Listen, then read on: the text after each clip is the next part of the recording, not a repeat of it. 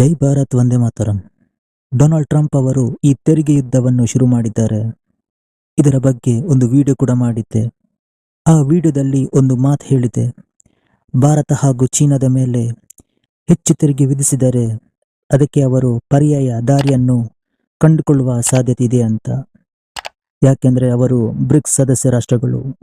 ಈಗ ಚೀನಾ ರಾಷ್ಟ್ರವು ಇದೇ ರೀತಿಯ ಒಂದು ಹೇಳಿಕೆಯನ್ನು ಕೂಡ ಕೊಟ್ಟಿದೆ.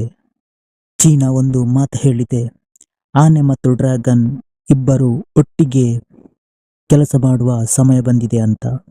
ಭಾರತ ಪ್ರವಾಸದಲ್ಲಿರುವ ಚೀನಾದ ವಿದೇಶಾಂಗ ಸಚಿವರು ವಾಂಗ್ ಯಿ ಭಾರತದ ಅಧಿಕಾರಿಗಳ ಜೊತೆ ಮಾತುಕತೆ ನಡೆಸಿದ್ದಾರೆ. ಅಮೆರಿಕದ ಈ ತೆರಿಗೆ ಯುದ್ಧದ ವಿರುದ್ಧ ಒಟ್ಟಾಗಿ ಹೋರಾಡಬೇಕು ಅಂತ ಕರೆ ಕೊಟ್ಟಿದ್ದಾರೆ. ಇನ್ನು ಇವರ ಹೇಳಿಕೆಗೆ ಭಾರತ ಯಾವುದೇ ರೀತಿಯ ಪ್ರತಿಕ್ರಿಯೆ ಕೊಡಲಿಲ್ಲ.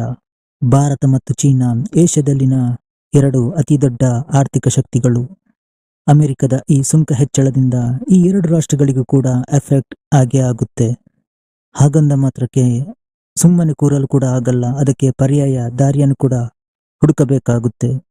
ಅದಕ್ಕೆ ಚೀನಾವು ಭಾರತಕ್ಕೆ ಒಂದು ಕರೆ ಕೊಟ್ಟಿದೆ, ನಾವಿಬ್ಬರು ಇನ್ನಷ್ಟು ಹೆಚ್ಚಾಗಿ ವ್ಯಾಪಾರ ವಹಿವಾಟು ನಡೆಸುವ, ಅಮೆರಿಕಗೆ ತಕ್ಕ ಉತ್ತರ ಕೊಡಬೇಕಾಗುತ್ತೆ.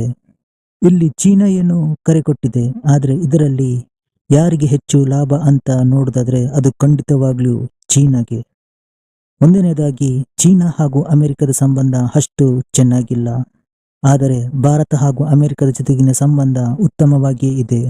ಇಲ್ಲಿ ಚೀನಾ ಅಮೆರಿಕದ ಜೊತೆ ವೈರತ್ವ ಬೆಳೆಸಿದರೂ ಕೂಡ ಅದಕ್ಕೆ ಕಳೆದುಕೊಳ್ಳಿಕ್ಕೆ ಏನೂ ಇಲ್ಲ, ಆದರೆ ಭಾರತಕ್ಕೆ ಹಾಗಲ್ಲ. ಅಮೆರಿಕದ ಜೊತೆ ವೈರತ್ವ ನಡೆಸಿದರೆ ಒಂದು ಪಾರ್ಟ್ನರ್ ಅನ್ನೇ ಕಳೆದುಕೊಳ್ಳಬೇಕಾಗುತ್ತೆ.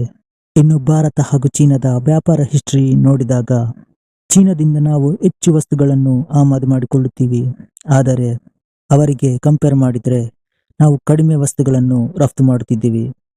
ಇಲ್ಲಿಯೂ ಕೂಡ ಚೀನಾ ಮೇಲುಗೈ ಸಾಧಿಸುತ್ತಿದೆ. ಇನ್ನು ಚೀನಾವು ಕೂಡ ಇದನ್ನೇ ಬಯಸ್ತಾ ಇರಬಹುದು, ಭಾರತವು ಕೂಡ ಅಮೆರಿಕದ ಜೊತೆ ಒಂದು ಮನಸ್ತಾಪ ಮಾಡಲಿ ಅಂತ.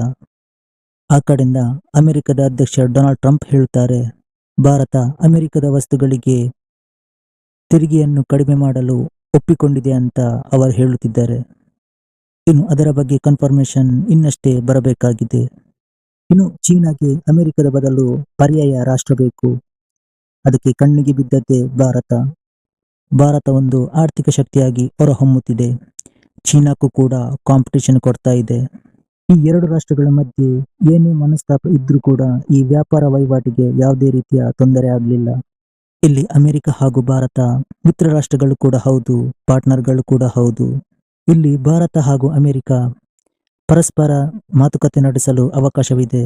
ಈ ತೆರಿಗೆ ವಿಚಾರದಲ್ಲಿ ಮಾತುಕತೆ ನಡೆಸಬಹುದು, ಅದಕ್ಕೊಂದು ಪರಿಹಾರ ಕೂಡ ಕಂಡುಕೊಳ್ಳಬಹುದು. ಆದರೆ ಚೀನಾಕ್ಕೆ ಮಾತ್ರ ಅಮೆರಿಕದ ಜೊತೆ ಆ ರೀತಿ ಮಾಡಲು ಸಾಧ್ಯವಿಲ್ಲ. ಇಲ್ಲಿ ಅಮೆರಿಕವು ಕೂಡ ಚೀನಾವನ್ನು ತನ್ನ ಶತ್ರು ರಾಷ್ಟ್ರ ಅಂತ ಭಾವಿಸುತ್ತಿದೆ. ಈ ತೆರಿಗೆ ಹೆಚ್ಚಳದಿಂದ ಚೀನಾಕ್ಕೂ ಕೂಡ ಲಾಸ್ ಆಗಲಿದೆ. ಆ ಲಾಸ್ ಅನ್ನು ರಿಕವರಿ ಮಾಡಲು ಭಾರತದತ್ತ ಮುಖ ಮಾಡಿಕೊಂಡಿದೆ. ಈ ವಿಚಾರದಲ್ಲಿ ಭಾರತ ಒಂದು ಸೂಕ್ಷ್ಮವಾಗಿ ವರ್ತಿಸುತ್ತಿದೆ. ಒಂದು ವೇಳೆ ಚೀನಾ ಹೇಳಿದ ಹೌದು ಅಂತ ಒಪ್ಪಿಕೊಂಡ್ರೆ, ಚೀನಾದ ಜೊತೆ ಹೋದ್ರೆ ಆ ಕಡೆಯಿಂದ ಅಮೆರಿಕದ ಕೋಪವನ್ನು ಕೂಡ ಎದುರಿಸಬೇಕಾಗುತ್ತೆ. ಇನ್ನು ಈ ವಿಚಾರದ ಬಗ್ಗೆ ಎರಡು ರಾಷ್ಟ್ರಗಳು ಪರಸ್ಪರ ಕೂತ್ಕೊಂಡು ಮಾತುಕತೆ ನಡೆಸಿ ಬಗೆಹರಿಸಿಕೊಳ್ಳುವುದು ಒಳ್ಳೆಯದು.